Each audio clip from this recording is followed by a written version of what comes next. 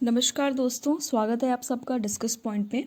आज के इस वीडियो में हम बात करेंगे मगध एम्पायर की, जिसका टाइमलाइन था 684 से 320 BC। इस समय में भारत में 16 महाजनपद हुआ करते थे, जिनमें से मगध, कौशल, वत्स और अवंती सबसे पावरफुल महाजनपद थे और अपनी सुप्रीमेसी को बनाए रखने के लिए और साम्राज्य का विस्तार करने के लिए आपस में संघर्ष कर रहे थे। इनमें से मगध की जीत हुई और वह सबसे पावरफुल एम्पायर बन गया। तो दोस्तों, आज के इस वीडियो में हम बात करेंगे मगध एम्पायर के बारे में।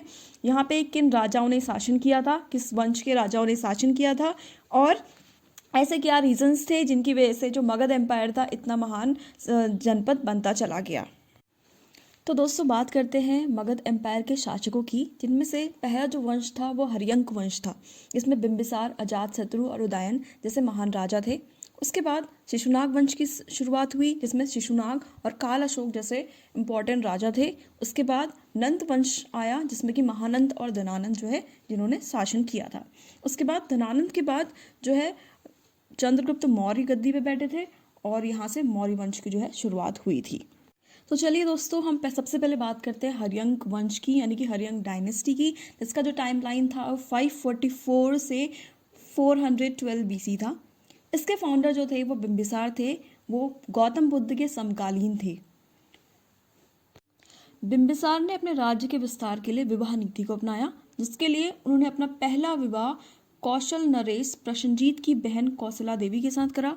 दूसरा विवाह उन्होंने लिच्छवी नरेश की बहन लिच्छवी के साथ किया और तीसरा विवाह उन्होंने मद्र नरेश की पुत्री खीमा के साथ किया। कौशला देवी से शादी करने पर उन्हें काशी का कुछ भाग जो है दहेज में मिल चुका था। इसके बाद उन्होंने अंग जनपद के राजा जो कि ब्रह्मदत्त थे उनके साथ युद्ध किया और युद्ध वो जीत गए, जिसके साथ उन्होंने चंपा पे अपना आधिपत्य कर लिया।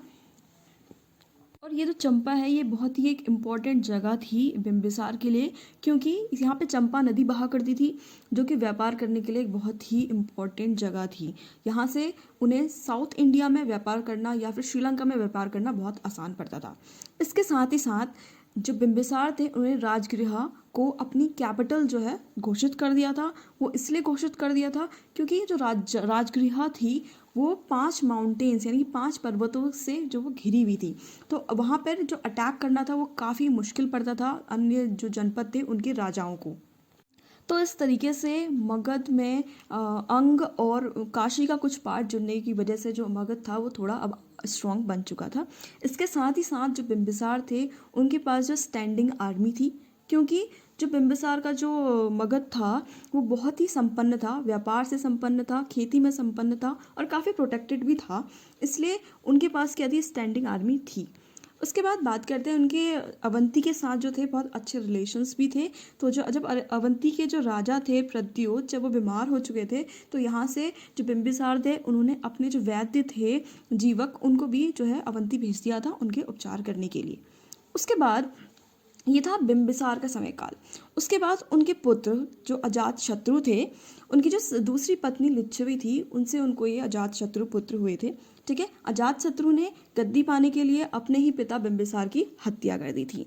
उन्होंने बिंबिसार की हत्या करने के बाद अपनी जो पहली माता जो कौशला देवी थी उनका जो प्रदेश था और वहाँ के जो राजा थे प्रशंजीत थे उन पे ही अटैक कर दिया था और उनके बीच में युद्ध हो गया था, जिसमें कि उस युद्ध में संधि करने के लिए जो प्रशंजीत कौशल के राजा थे उन्होंने अपनी जो पुत्री थी उसका विवाह जो है अजात शत्रु से कर दिया था। इस तरीके से जो कौशल देश था और यहाँ पे मगध था, दोनों आपस में क्या है एक दूसरे को प्रोटेक्ट कर रहे थे। उसके बाद जो अजात शत्रु थे उन्होंने एक युद्ध लड़ा जो कि वज्जी के साथ था, क्योंकि उनकी माता खुद वैशाली से थी, उसके बावजूद उन्होंने जो है वैशाली से युद्ध किया। जो वैशाली है वो वज्जी की कैपिटल है, तो वहाँ से उन्होंने जो है उन पे युद्ध किया अपनी माता। ये युद्ध जो है 16 वर्षों तक चला और इसमें जो है मगध की विजय हुई। इसके बाद जो वैशाली यानी कि जो वज्जी की कैपिटल थी वो भी अब मगध का पार्ट हो चुकी थी। इसके बाद बात करते हैं कि जो अजातशत्रु थे उनके समय काल में जो गौतम बुद्ध थे उनकी मृत्यु हो चुकी थी और उनकी मृत्यु होने के बाद ही जो अजातशत्रु थे उन्होंने बुद्धिस्ट फर्स्ट काउंसिल करवाई थी जो कि राजगृह में हुई थी। इसके बारे में हमने बुद्धिज़्म वाली जो वीडियो थी उसमें भी पढ़ा था। ठीक है, तो जो बुद्धिस्ट फर्स्ट काउंसिल हुई थी वो अजातशत्रु के समय में हुई थी और राजगृह में हुई थी। ये एक बहुत इंपॉर्टेंट क्वेश्चन है। इसके बाद अजातशत्रु के बाद उनके पुत्र उदयन आए जिन्होंने अपने पिता अजातशत्रु की हत्या कर दी थी गद्दी के लिए। ठीक है, इन्होंने क्या करा, अपनी जो कैपिटल थी उसको पाटलिपुत्र शिफ्ट कर दिया, जो आज के समय में हम जिसे बिहार कहते हैं। ठीक है, तो इस टाइम पे अब जो मगध की कैपिटल है वो पाटलिपुत्र हो चुकी थी। इसके बाद बात करते हैं उदयन के बाद उनके अनिरुद्ध, मुंड और नागदत्तक जैसे जो है यहाँ पे राजा रहे। लेकिन ये जो है इतने अच्छे शासक नहीं थे, बहुत कमज़ोर शासक थे। इसलिए जो नागदत्तक थे उनको जो है जनता ने रिप्लेस कर दिया था उनके ही मिनिस्टर से, जिनका नाम था शिशुनाग। तो यहाँ से जो है शिशुनाग वंश की शुरुआत होती है। शिशुनाग वंश का जो टाइम पीरियड है वो 412 से 344 BC तक रहा। ठीक है, तो जब नागदशक को लोगों ने एक अनवर्थी किंग माना था तो उसके बाद उन्होंने जो उसके मिनिस्टर शिशुनाग थे उनको किंग कंसिडर घोषित कर दिया था। उसके बाद इन्होंने शिशुनाग ने जो कैपिटल जो कि पाटलिपुत्र थी मगध की उसको जो है टेम्पररी जो है वैशाली में शिफ्ट कर दिया था। इन्होंने ही जो अवंती की प्रद्योत डायनेस्टी थी उसको भी डिस्ट्रॉय कर दिया था, जिसके बिंबिसार के साथ अच्छे रिलेशंस थे। ठीक है, इसके बाद इनके जो पुत्र थे काल अशोक वो गद्दी पर बैठे और काल अशोक के टाइम पर ही बुद्धिस्ट सेकंड काउंसिल हुई थी जो कि वैशाली में हुई थी। ठीक है, इन्होंने जो कैपिटल थी उसको वैशाली से वापस जो है पाटलिपुत्र शिफ्ट कर दिया था। इसके बाद जो काल अशोक थे इनकी जो है हत्या कर दी थी जो कि महापद्म नंद ने करी थी। ठीक है, तो अगली जो डायनेस्टी है वो नंद डायनेस्टी है जिसके फाउंडर स्वयं महापद्म नंद हैं जो कि पहले नॉन क्षत्रिय रूलर रहे हैं। ठीक है, इनको सर्व क्षत्रिय अंतक कहा जाता है। क्यों? क्योंकि खुद नॉन क्षत्रिय हैं, तो इसलिए जितने भी क्षत्रिय थे उनका जो है नाश कर देते हैं, इसलिए इनको सर्व क्षत्रिय अंतक बोलते थे। साथ ही साथ इनकी एक बहुत विशाल सेना थी। ठीक है, तो इसलिए इनको उग्रसेन भी कहते थे और इनको एकरथ भी कहा जाता था। ठीक है, ये फर्स्ट हिस्टोरिकल एम्परर है।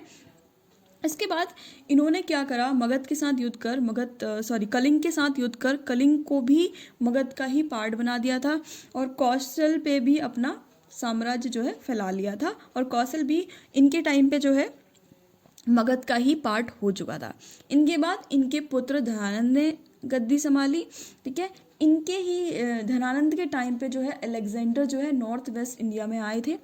ठीक है, तो इनके टाइम पे हुआ ये था कि जो कौटिल्य थे वो इनको बताने आए थे कि अलेक्जेंडर आ रहा है, पर इन्होंने जो है कौटिल्य का अपमान किया था। इससे जो है कौटिल्य को काफ़ी बुरा लगा था, इसलिए कौटिल्य ने चंद्रगुप्त मौर्य को अपने प्रतिशोध के लिए, कह सकते हैं प्रतिशोध नहीं, क्योंकि जो धनानंद थे वो एक अच्छे राजा नहीं थे। उन्होंने जो है काफ़ी गरीब लोगों पे टैक्स वगैरह लगाया हुआ था, तो जनता जो थी वो काफ़ी परेशान थी इससे। तो जो कौटिल्य थे उन्होंने चंद्रगुप्त मौर्य के साथ मिलकर धनानंद को पराजित किया और जो है फिर मौर्य वंश की शुरुआत हुई और यहाँ से चंद्रगुप्त मौर्य का शासन शुरू होता है। तो ठीक है, तो ये तो रही कि मगध पे हमारी जो 3 डायनेस्टी थी उन्होंने कैसे कैसे शासन किया और कौन कौन यहाँ पे राजा थे। अब हम बात करते हैं कि ऐसे कौन से रीजंस थे कि जो मगध है वो इतना सक्सेसफुल एम्पायर रहा था। तो इसका पहला रीज़न यहाँ पे लिखा हुआ है, the capital Rajgriha is situated between the 5 mountains. ठीक है, तो इसकी जो पहली कैपिटल जो थी मगध की वो राजगृह थी, जो कि हमने बात करी थी कि 5 जो है पर्वतों से घिरी हुई थी। तो इस वजह से क्या था कि जो शत्रु की सेना थी वो उस पर्वत को पार करके उसको मगध पर अटैक करना होता था, जो कि एक बहुत मुश्किल काम था। इसकी वजह से जो था मगध का जो साम्राज्य था वो काफ़ी प्रोटेक्टेड था।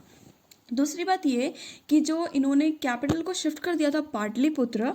ठीक है, तो ये पाटलिपुत्र जो है सोन, गंडक और घाघरा के पास में स्थित थी। ठीक है, तो इसकी वजह से क्या है, यहाँ पे अच्छा व्यापार होता था, यहाँ की जो ज़मीन थी वो काफ़ी फर्टाइल थी, तो यहाँ पे बहुत अच्छा अन्न भी उगता था। तीसरी बात यहाँ पे लिखी हुई है, the Champa river was situated near अंग।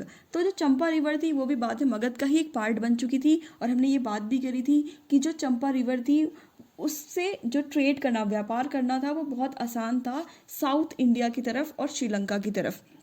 उसके बाद ये तो इसके जोग्राफिकल रीजंस थे कि क्यों मगध इतना सक्सेसफुल रहा। अगर हम पॉलिटिकल रीजंस की बात करते हैं तो जो मगध एम्पायर था उसमें बहुत ही महान राजा रहे हैं, जैसे कि बिंबिसार, अजातशत्रु और महापद्मनंद जैसे महान राजा वहाँ पे रहे हैं, इसलिए भी मगध जो है इतना सक्सेसफुल राज्य रहा है। उसके बाद जो महापद्मनंद थे उनके पास भी एक वास्ट आर्मी थी, बिंबिसार के पास भी एक अच्छी स्टैंडिंग आर्मी थी, ठीक है। और इनके पास ये जो मगध एम्पायर था ये एक पहला ऐसा राज्य था जिन्होंने युद्ध में हाथियों का उपयोग किया था। तो ये भी जो है एक बहुत इंपॉर्टेंट क्वेश्चन है।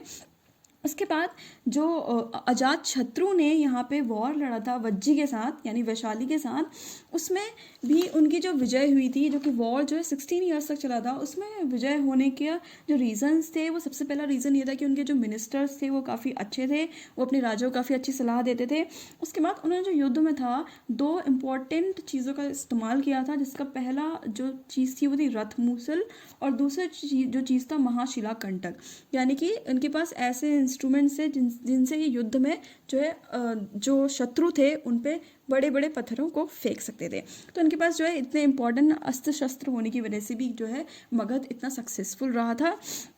और साथ ही साथ मगध जिस जगह पे था, ठीक है, उस जगह पे आयरन और कॉपर के बहुत ज़्यादा रिसोर्सेज पाए जाते थे, इसलिए ये सारे रीजंस थे कि मगध जो है इतना सक्सेसफुल साम्राज्य था। तो दोस्तों आज की वीडियो में हमने बात करी मगध के बारे में, ठीक है।